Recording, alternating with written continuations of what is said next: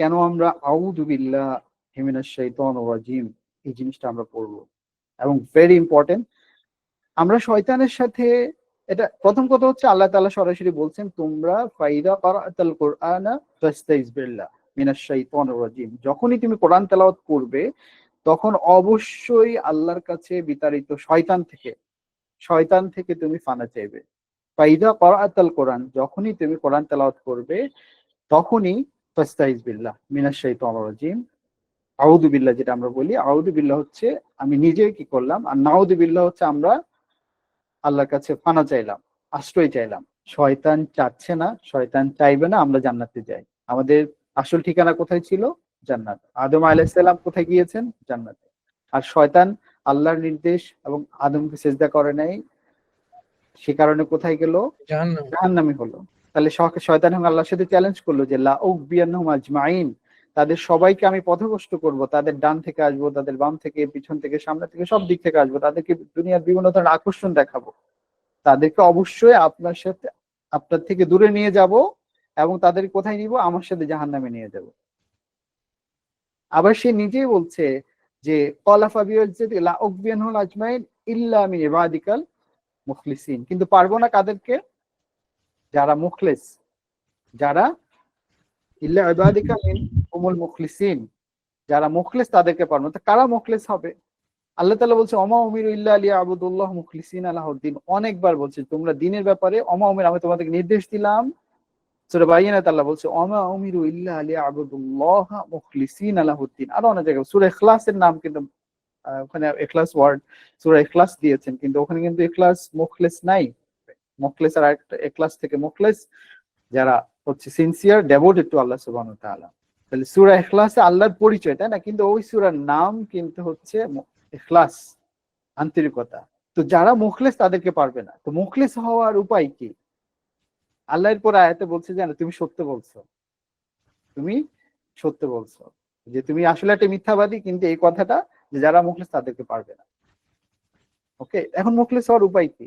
মুখলিস হওয়ার উপায় কি আমরা বুঝতে পারছি? মুখলিস মানে কি? আল্লাহকে জীবনের সবকিছু চাইতে প্রায়োরিটি দেওয়া। আমার জীবনে যা কিছু আছে সবই তো আল্লাহর, আমার জীবনে যা কিছু আছে সবই আল্লাহ, যা আমি চেষ্টা এনজয় করছি, যা আমি উপভোগ করছি, আমার ইন্টেলিজেন্স থেকে শুরু করে আমার সম্পদ, আমার বাবা মা, আমার স্ত্রী, পুত্র, ছেলে, মেয়ে, হোয়াট এভার আই এনজয়, এটা আসলে কে দিয়েছে?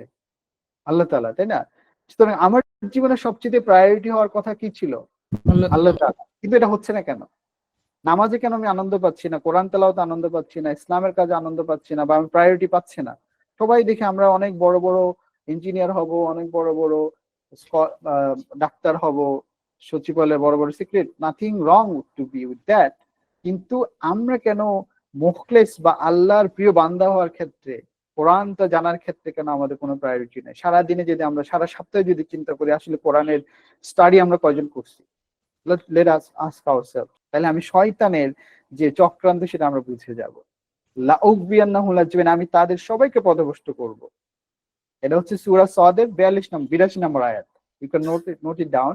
সূরা সাদের 82 নম্বর আয়াত। আল্লাহ তাআলা বলছেন শয়তানের কথাই আল্লাহ তাআলা বলে দিচ্ছেন, ক্বালা বিইজ্জাতিকা লাউগবিয়ান্নাহুম আজমাইন ইল্লা ইবাদিকা মিনহুমুল মুখলাসিন, যে আমি তাদের সবাইকে, যেহেতু তাদের কারণে, আদমের কারণে আমি জাহান্নামী চিরজীবনের জন্য, চির সময়ের জন্য, তাহলে আমি তাদের, আদমের যারা ছেলে পেলে, আদমের যারা সন্তান, তাদেরকে আমি জাহান্নামে নেব। তবে তাদের ছাড়া তারা কারা? যারা মুখলেস। সো মুখলেস হওয়াটা ভেরি ইম্পর্টেন্ট। এখন আমরা যে মুখলেস এটা কিন্তু আমরা জানি না, কে মুখলেস, এটাও একটা ইম্পর্টেন্ট ইস্যু। তাহলে আমরা সূরা ইখলাস এটা আলাপ করব যে কিভাবে মুখলেস হওয়া যায়, এবং কেন সূরা ইখলাসের যে কোনো সূরা বাকারা, সূরা নাস, সূরা ফালাক, এগুলি ওয়ার্ডটা ওখানে থাকে, কিন্তু মুখলেসের ক্ষেত্রে, ইখলাসের ক্ষেত্রে সূরা কুল হুয়াল্লাহু আহাদ আমরা যেটা বলি, ওখানে কিন্তু ইখলাস নাই। আর আল্লাহ আবার অনেক জায়গায় বলছে ওমা উমিরু ইল্লা লিয়াবুদুল্লাহ, তুমি অবশ্যই আল্লাহর ইবাদত করো মুখলিসিনা লাহুদ্দিন, সিনসিয়ারলি, নিষ্ঠার সাথে, একাগ্রতার সাথে তুমি আল্লাহর ইবাদত করো, দ্বীন ইসলামের মধ্যে তুমি প্রবেশ করো। কিন্তু আমাদের জীবনে সমস্ত কিছু ইখলাসের সাথে আমরা করি, সিনসিয়ারলি ডেভোটেডলি করি, জব করি, আমরা ক্লায়েন্টের সাথে মিটিং করি, কিন্তু আল্লাহর সাথে যে মিটিংটা আমি ডেইলি 5 বার করি সেটা ইখলাসের সাথে করি? আমি কি পড়ি ওখানে সেটা কি আমি বুঝি? অ্যাটলিস্ট সূরা ফাতিহাতে আমি কি পড়ি এটা কি আমি বুঝি? না। That means Allah is not our priority. তাহলে আমি মুখলেস যদি হতে না পারি তাহলে বুঝতে হবে শয়তান আমাকে কি করছে, বেরিয়ার এখানে। শয়তান বলছে বাম থেকে আসবে ক্লায়েন্টের মিটিং দিয়ে, শয়তান বলছে ডান থেকে আসবে যে ক্লাস দিয়ে, পরীক্ষা দিয়ে, হ্যাঁ, অন্য কোনো প্রায়োরিটি দিয়ে, গান বাজনা সোশ্যাল মিডিয়া এগুলি দিয়ে কিন্তু শয়তান কি করছে, সিরাতাল মুস্তাকিম বা মুখলেস হওয়ার পথে বাধা সৃষ্টি করছে। সুতরাং এই ক্লাস কখন হবে, যখন মানে আল্লাহ তাআলা আমার প্রায়োরিটি কখন হবে, বন্ধুত্ব কখন হবে আল্লাহর সাথে, যখন আল্লাহ সম্পর্কে আমি জানবো। আর আল্লাহর সাথে জানার একমাত্র উপায় হচ্ছে কোরআন স্টাডি করা। আমার সিলেবাসে কি, স্কুল কলেজ মাদ্রাসা সিলেবাসে কি আছে? তাহলে আমার উপায় কি? আমার স্কুলের সিলেবাসে নাই, আমার কলেজের সিলেবাসে নাই, আমার প্রাইমারিতে ছিল না, মাদ্রাসা সিলেবাসে আসলে ওভাবে নাই এখন। তো আমাদেরকে পার্সোনালি ট্রাই করতে হবে। কু আনফুসাকুম আহলিকুম নারা, তুমি নিজে বাঁচো, নিজের আহালকে বাঁচাও কোথাও, জাহান্নামের আগুন থেকে। আমরা জাহান্নাম কি জিনিস জানি। সুতরাং আউযু বিল্লাহি মিনাশ শাইতানির রাজিম, আমরা শয়তানের চক্রাতে বুঝলাম সে হচ্ছে আমাদেরকে কোরআন থেকে দূরে রাখবে। কোরআন থেকে যদি দূরে রাখে তাহলে সে আমাদেরকে আল্লাহ থেকে দূরে রাখতে পারবে। আমাকে অনেকে প্রশ্ন করে, স্যার আমার স্টুডেন্টদের অনেকে, যে স্যার আমি তো নামাজ পড়ি ছেড়ে দিই, রোজা রাখি ছেড়ে দিই।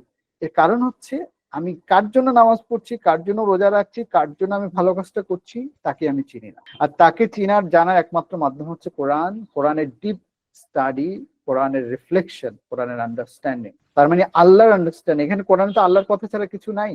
ওকে, তো এই জিনিসটা আমাকে জীবনের সবচেয়ে প্রায়োরিটি রাখতে হবে। আমি যদি আল্লাহকে ফাযকুরুনি আযকুরুকুম, যে আল্লাহ বলছেন তুমি বান্দা আমাকে স্মরণ করো, আমি তোমাকে স্মরণ করো। তুমি আমার জন্য 1 বিঘত আসবা, আমি 2 বিঘত আসবো। তুমি 1 হাত আসবে, আমি 2 হাত আসবো। তুমি হেঁটে আসবে, আমি দৌড়ে আসবো। সুতরাং আমি যদি কোরআনকে জানার জন্য, আল্লাহকে জানার জন্য যদি এগিয়ে আসি, আল্লাহ তাআলা আমার বাকি সবকিছু ঠিক করে দিবে, এবং এটাই আমার জীবনের পারপাস।